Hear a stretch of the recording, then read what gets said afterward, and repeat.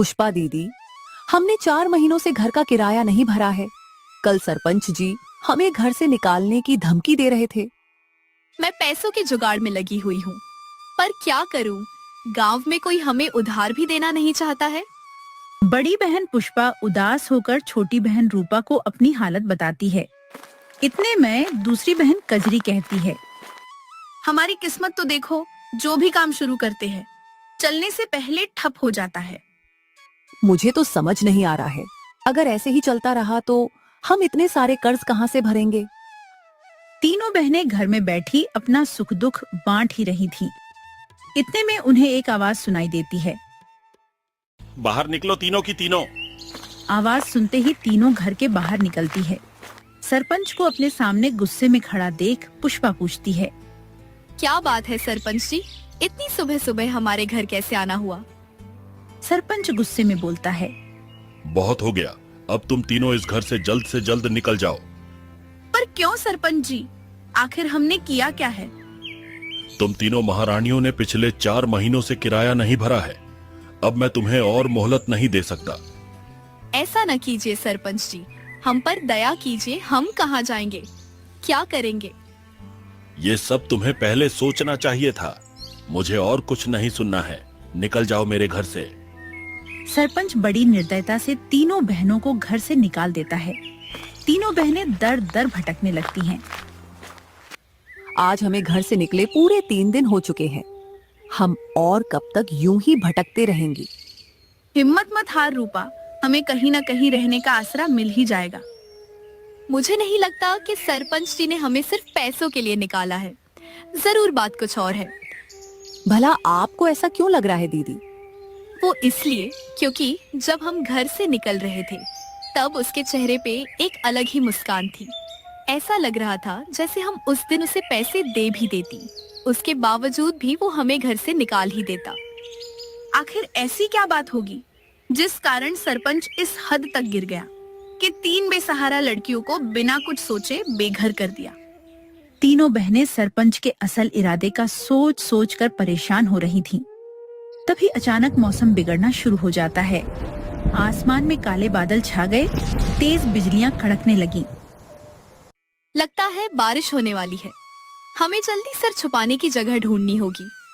इतना बोलकर तीनों तूफान से बचने के लिए जंगल की ओर भागती है। कुछ दूर चलते ही उन्हें नदी किनारे थोड़ी सी खाली जगह दिखती है, जिसे देखकर पुष्पा बोलती है, कजरी, रूपा, ये देखो, यहाँ इतनी बड़ी खाली जगह है। हम यहाँ अपने रहने के लिए एक झोपड़ी बना सकते हैं। हाँ पुष्पा, तुम सही कह रही हो। इससे पहले बारिश शुरू हो जाए हमें जल्दी से झोपड़ी बना लेनी चाहिए। इसके बाद वे तीनों बहनें बिना एक पल की देरी किए जंगल की लकड़ियों, पत्तों और नदी किनारे की पक्की मिट्टी से एक छोटी सी झोपड़ी बना लेती है। दीदी, भले ही ये झोपड़ी गांव के घर जितनी बड़ी नहीं है, पर यहाँ एक अलग ही सुकून है। न तो यहाँ हमें किराया भरने की चिंता है और न ही घर खोने का डर। सच में पहली बार हम किराए के नहीं बल्कि अपने खुद के घर में रह रही है। तीनों अपने नए घर में रहकर बहुत खुश हो रही थीं। रात हुई, तीनों जंगल की जंगली सब्जियां और फल खाकर सो गईं। आधी रात होते ही तूफान और बारिश का ऐसा कहर बरसा कि उनके घर की छत से पानी की बूंदें टपकने लगीं, जिस कारण कजरी उठ गई। हे प्रभु, अब ये क्या नई मुसीबत है? इतना बोलते ही कजरी ने परेशान होकर पुष्पा और रूपा को जगाया। तुम दोनों जल्दी उठो, देखो छत टपक रही है। ऐसा ही रहा तो घर के अंदर पानी भर जाएगा। ये सुनते ही दोनों फौरन नींद से जगी और बारिश से बचने का उपाय सोचने लगी। दीदी, मेरे पास एक उपाय है। क्यों ना हम छत के ऊपर भी मिट्टी का काम कर दें? मिट्टी की मोटी परत होगी तो छत टपकने का कोई डर ही नहीं रहेगा। उपाय अच्छा है, अभी बारिश हो रही है, आज हमें ऐसे ही गुजारा करना होगा। सुबह बारिश बंद होते ही हम घर की मरम्मत का काम शुरू कर देंगे।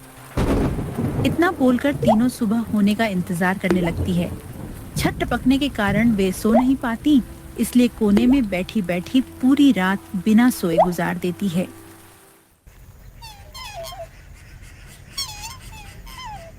सुबह होती है, बारिश के रुकते ही वे तीनों छत की मरम्मत में लग जाती है। तुम दोनों यहीं रुको, मैं मिट्टी लेकर आती हूँ।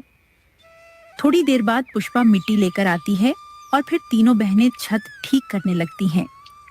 अब उनका घर पहले से और भी मजबूत बन गया था। ऐसे ही दिन बीतते चले जाते हैं। अब तो गांव में हर रोज बारिश होनी शुरू हो गई थी, लेकिन तीनों बहनों के घर पर बारिश का कोई असर नहीं पड़ता था। एक दिन बारिश के छुटते ही पुष्पा और कजरी सरपंच के घर जाती है। क्या हुआ, तुम दोनों बहनें यहाँ क्या कर रही हो? घर लेने की उम्मीद न पालना फिर से। सरपंच जी, हमें घर वापस नहीं चाहिए। हम तो बस आपसे एक मदद की उम्मीद करने आए हैं। कैसी मदद? हो सके तो आप हमें कोई काम दिलवा दीजिए। जो भी मुनाफा होगा उसमें से हम आपको भी कुछ हिस्सा दे देंगी। लगता है गरीबी में तुम दोनों बहनों की मति मारी गई है। तुमने ऐसा सोचा भी कैसे कि मैं तुम्हारी मदद करूंगा? आप तो गांव के सरपंच हैं, आपको तो गांव में हर किसी की मदद करनी चाहिए। ये आपका फर्ज है सरपंच जी। अब तुम दोनों मुझे मेरा फर्ज सिखाओगी। मेरे इतने बुरे दिन नहीं आए कि मैं तुम अनाथ बहनों से सलाह लूं। सरपंच उनकी खूब बेइज्जती करता है, मानो जैसे वो बरसों पुरानी कोई दुश्मनी अपने गुस्से के जरिए उन पे निकाल रहा हो। कजरी और पुष्पा उसके ऐसे बर्ताव से परेशान हो चुकी थीं। आखिर आप हमसे इतनी नफरत क्यों करते हैं? हमने आपका बिगड़ा ही क्या है? मैं तुम्हें जवाब देना जरूरी नहीं समझता। अब जाओ यहाँ से, मेरा दिमाग ना खराब करो। इसके बाद दोनों मायूस होकर सरपंच के घर से निकल जाती है। दोनों के अंदर घर जाकर रूपा को सब सच बताने की हिम्मत नहीं रहती है, इसलिए दोनों वहीं रास्ते में रुककर परेशानी का हल सोचने लगती है। कजरी, अब हम क्या करेंगे? काम नहीं मिलेगा तो अपना पेट कैसे पालेंगे? कब तक हम जंगली सब्जियां और फल खाकर गुजारा करेंगे? ऐसे तो हमारी सेहत बिगड़ जाएगी। मुझे तो रूपा की फिक्र हो रही है। हमारी छोटी बहन है, हमें उसे खुश रखना चाहिए, पर किस्मत के हाथों मजबूर उसे भी हमारे साथ दुख झेलने पड़ रहे हैं। दोनों बहनें एक दूसरे से अपना दुख बांट रही थीं। तभी अचानक वहां गांव की कुछ औरतें आती हैं। ये दोनों मनहूस यहाँ क्या कर रही है? इन्हें तो सरपंच ने घर से निकाल दिया था ना। अपने बारे में ऐसी बातें सुनकर कजरी को बहुत गुस्सा आता है और वो उस औरत को सुनाने लगती है। तुम हमें ऐसे कैसे बोल सकती हो? क्या हमने तुम्हारा उधार खाया है जो तुम्हारी बातें सुने? जेब में 1 रुपया तो है नहीं, पर अकड़ तो देखो। जुबान कैंची की तरह चलाने से कुछ नहीं होता। तुम तीनों बहनें हो ही मनहूस। सही कह रही हो बहन, मुझे तो इन तीनों बहनों से नफरत है। इनके माता पिता ने जो गांव वालों के साथ किया था वो कोई भी अब तक भूल नहीं पाया है। कहना क्या चाहती हो? मेरे माता पिता ने ऐसा क्या किया था गांव वालों के साथ? उन्हें बदनाम मत करो, वे तो अब इस दुनिया में भी नहीं हैं। सच सबको कड़वा ही लगता है। खैर, हमें तुम्हारे मुंह नहीं लगना, हमारे पास इतना फालतू समय नहीं है। इतना बोलकर वे औरतें वहां से चली जाती हैं। शाम होते ही कजरी और पुष्पा अपने घर वापस आती हैं। क्या बात है दीदी, आप दोनों इतनी निराश क्यों लग रही हो? कुछ नहीं बाबू, बस थोड़ी काम की चिंता है। आज भी हम खाली हाथ ही लौटे हैं। कोई बात नहीं दीदी, आप दोनों निराश ना हो, ऊपर वाला सब ठीक कर देगा। हो सकता है वो हमारी परीक्षा ले रहा हो। कहने को तो सबसे छोटी हो, पर समझदारी हमसे भी ज्यादा है। मुझे ऐसा क्यों लग रहा है दीदी, जैसे सिर्फ काम ही समस्या नहीं है, बात कुछ और भी है। नहीं तो ऐसा तो कुछ भी नहीं है। तू ज्यादा मत सोच, जाकर सो जा, हम कोई न कोई काम ढूंढ ही लेंगी। तब रूपा, पुष्पा और कजरी रूपा को गांव में हुई चर्चा के बारे में कुछ नहीं बताती है। रात होती है। रूपा के गहरी नींद में जाते ही कजरी परेशान होकर पुष्पा से बातें करने लगती है। पुष्पा, आखिर गांव में सब हमसे इतनी नफरत क्यों करते हैं? जब देखो तब हमारे माता पिता को गलत क्यों कहते हैं? मुझे भी समझ नहीं आ रहा है। आखिर ऐसी क्या वजह है कि सब हम तीनों बहनों से इतनी घृणा करते हैं? यही सवाल उन्हें मन ही मन बेचैन किए जा रहा था। कुछ दिन बीते, अब तो उनकी हालत इतनी खराब हो गई थी कि बिना पैसों के गुजारा करना नामुमकिन सा हो रहा था।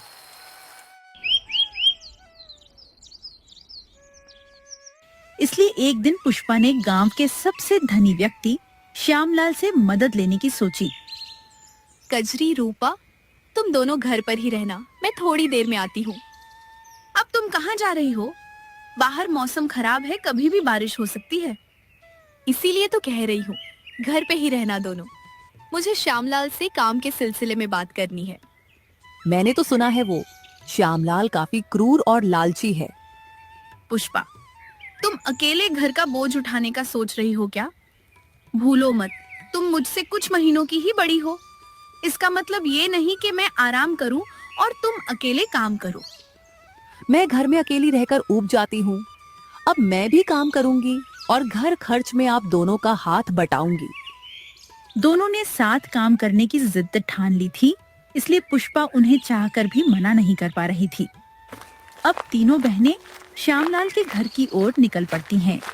रास्ते में मिलने वाले हर लोग उन्हें नफरत की नजर से देखते हैं, लेकिन तीनों अपनी हिम्मत नहीं हारती हैं और श्यामलाल के घर पहुंचती है। श्यामलाल अपने घर के सोफे पे बैठे आराम फरमा रहा था। सेठ, हमें कोई काम दे दीजिए, हमें काम की बहुत जरूरत है। अरे तुम तीनों, आओ आओ। मैंने सुना है तुम्हें बेघर कर दिया गया है। बहुत अफसोस हुआ सुनकर। किस्मत के आगे किसकी चली है साहब? गांव में कोई हमारी मदद नहीं कर रहा है। हम बड़ी उम्मीद लेकर आपके पास आए हैं। क्यों नहीं, मैं तुम तीनों को जरूर काम दूंगा और पगार भी अच्छी दूंगा। आखिर तुम तीनों हमारे गांव की ही बेटी हो। ये सुनकर तीनों के होश उड़ जाते हैं। रूपा हैरान होकर मन में सोचती, ये श्यामलाल तो दिल का बड़ा अच्छा है। लोग फिजूल में इसके बारे में फालतू की अफवाह फैला रहे थे। रूपा इतना सोचती ही है, इतने में श्यामलाल उन्हें कुछ पैसे देकर काम करने को बोल देता है। ये लो, कुछ पैसे रख लो और आज से ही काम में लग जाओ। और हाँ, आगे कभी भी पैसों की जरूरत हो या कोई भी परेशानी हो तो बेझिझक मुझसे कहना। शुक्रिया सेठ, आप सच में बहुत भले इंसान हो। भगवान आपको हमेशा तरक्की दे।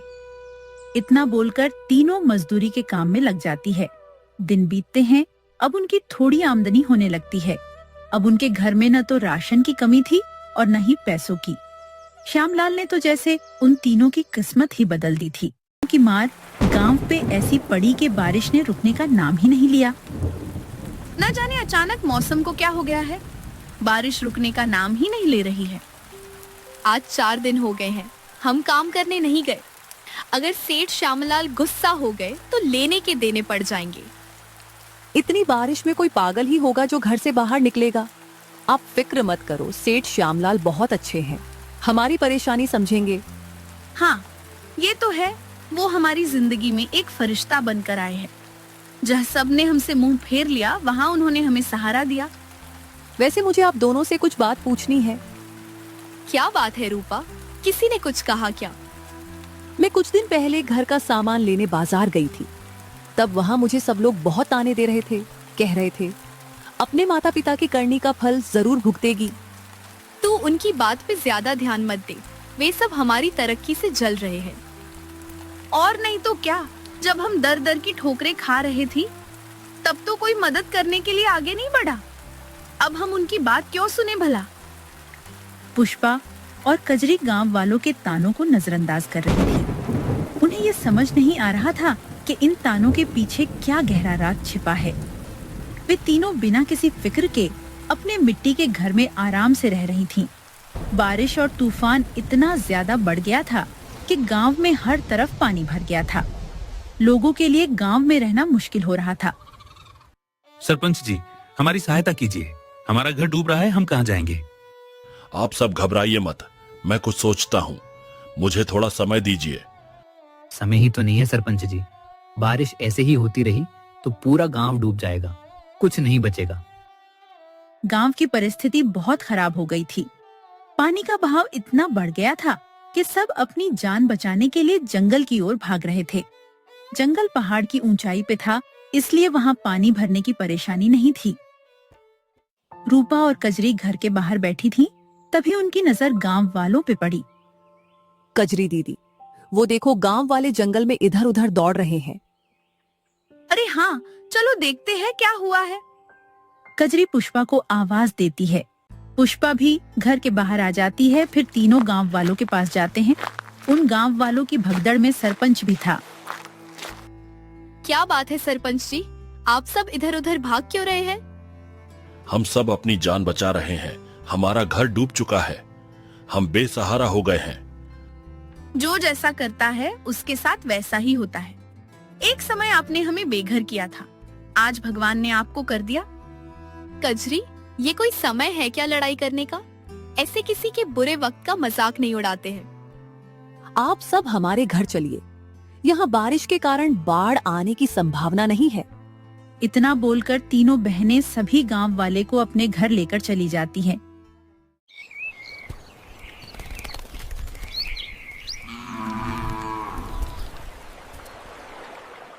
दो दिन बीतते हैं, बारिश का कहर कम होता है। सब अपने अपने घर जाने की तैयारी करने लगते हैं। तब सरपंच, हमें माफ कर देना तुम तीनों। हमने तुम्हारे साथ बहुत अन्याय किया है। हमने तुम्हारे माता पिता की गलतियों की सजा तुम तीनों बहनों को दी। आप सब अक्सर हमारे माता पिता की गलती की बात करते रहते हैं। आखिर उन्होंने ऐसा क्या किया था जिसकी सजा आप सब हम तीनों बहनों को देते आ रहे थे? सरपंच जी, आज आपको सच बताना ही होगा। आखिरकार सरपंच अपनी चुप्पी तोड़ता है और उन्हें सालों पुराना राज बताता है। तुम्हारे माता पिता ने सालों पहले मंदिर के गहनों की चोरी की थी। ये सुनते ही तीनों के पैरों तले जमीन खिसक जाती है। नहीं, ये मुमकिन नहीं। भले ही हमारे माता पिता हमारे साथ ज्यादा समय तक नहीं रहे हों, पर फिर भी हम ये यकीन से कह सकते हैं कि वो ऐसे बिल्कुल नहीं थे। हाँ, मैं 9 साल की थी जब मेरे माता पिता गुजरे थे। उनके गुजरने से पहले वो मुझे हमेशा सच्चाई और धर्म के मार्ग पर चलना सिखाते थे। अब आप ही बताइए, जो अपनी बच्चियों को इतने अच्छे संस्कार दे, वो भला चोरी जैसा गलत काम कैसे कर सकते हैं? तीनों जिद पे अड़ गई थी कि वे अपने माता पिता के माथे पे लगा ये कलंक मिटाकर रहेगी। वे तीनों सरपंच के ऊपर भड़कने लगी थीं। तभी अचानक एक बूढ़े बाबा की आवाज आती है। वे दोनों सच्चे थे। ये सुनते ही सबकी नजर उनके ऊपर जाती है। आप कौन है बाबा? मुझे नहीं पहचाना सरपंच? मैं उस मंदिर का पुजारी हूँ। तुम्हें कहाँ से याद होगा? उस वक्त तो तेरा पिता गांव का सरपंच था। चलो सब मेरे साथ, आज सारे रहस्यों से पर्दा उठेगा। इतना बोलकर बूढ़े बाबा सबको श्यामलाल के घर के आंगन में लेकर जाते हैं। सरपंच, यहाँ खुदाई करवाओ। खुदाई शुरू होती है। मिट्टी के अंदर से मंदिर का खजाना निकलता है। ये खजाना यहाँ कैसे? क्योंकि श्यामलाल ही असली चोर है। वो तेरे पिता का खास मित्र था। उनसे चोरी करके तेरे माता पिता को फंसा दिया। अगर आपको सच पता था तो आपने अब तक किसी को कुछ बताया क्यों नहीं था? मैंने श्यामलाल को चोरी करते देख लिया था, इसलिए वो मेरी जान का दुश्मन बन गया था। उससे बचने के लिए अब तक मैं अपनी पहचान छुपाकर घूम रहा था। वो श्यामलाल बाढ़ से बचने के लिए शहर भाग गया है। अब हम उसे सजा कैसे देंगे? उसने मेरे माता पिता का नाम खराब किया है। इतने सालों तक उसकी वजह से आप सब ने हमें इतने ताने मारे। मेरे माता पिता को कोसते रहे। उसे उसकी भरपाई करनी होगी। हम कैसे भी करके उस श्यामलाल को गांव वापस लाकर रहेंगे। दीदी, मुझे ये समझ नहीं आ रहा है, अगर श्यामलाल इतना बुरा था तो उसने हमारी मदद क्यों की? वो इसलिए क्योंकि ये आधा खजाना है, आधा तुम्हारे पिता ने उससे बचाकर कहीं छुपा दिया था और उसे लगता है कि तुम्हें खजाने का पता है। अब सारी हकीकत उनके सामने थी। उन्होंने शहर में श्यामलाल के पास ये खबर पहुंच पाई कि बाकी का खजाना मिल चुका है। श्यामलाल लालच के भंवर में फंस गया और गांव दौड़ा चला आया। सभी गांव के चौराहे पर खड़े उसका इंतजार कर रहे थे। कहाँ है मेरा खजाना? तुम्हें खजाना नहीं, हथकड़ियाँ मिलेंगी सेठ। ये सुनते ही श्यामलाल समझ जाता है कि उसे झूठ बोलकर बुलाया गया है। सरपंच और बाकी के गांव वाले उसे पुलिस के पास लेकर चले जाते हैं। फिर रूपा पुष्पा से पूछती है, दोषी को सजा तो मिल गई, पर ये समझ नहीं आया कि पिताजी ने बाकी का खजाना कहाँ छुपाया होगा। मुझे पता है, माँ कहा करती थी कि हमारे घर के आंगन में गांव की धरोहर छिपी है। आज मुझे इसका अर्थ समझ आया। इसके बाद पुष्पा ने अपने किराए वाले घर के आंगन की खुदवाई कराई और खजाना वापस से मंदिर के हवाले कर दिया। फिर वे तीनों बहनें खुशी खुशी नदी किनारे वाले घर में रहने लगीं। अब उन्हें कोई घृणा की नजर से नहीं देखता था। सब उनसे बहुत प्यार करते थे और उन्हें अच्छी पगार पर काम भी देते थे। इस प्रकार की मजेदार कहानियों को सुनने के लिए हमारे चैनल अकु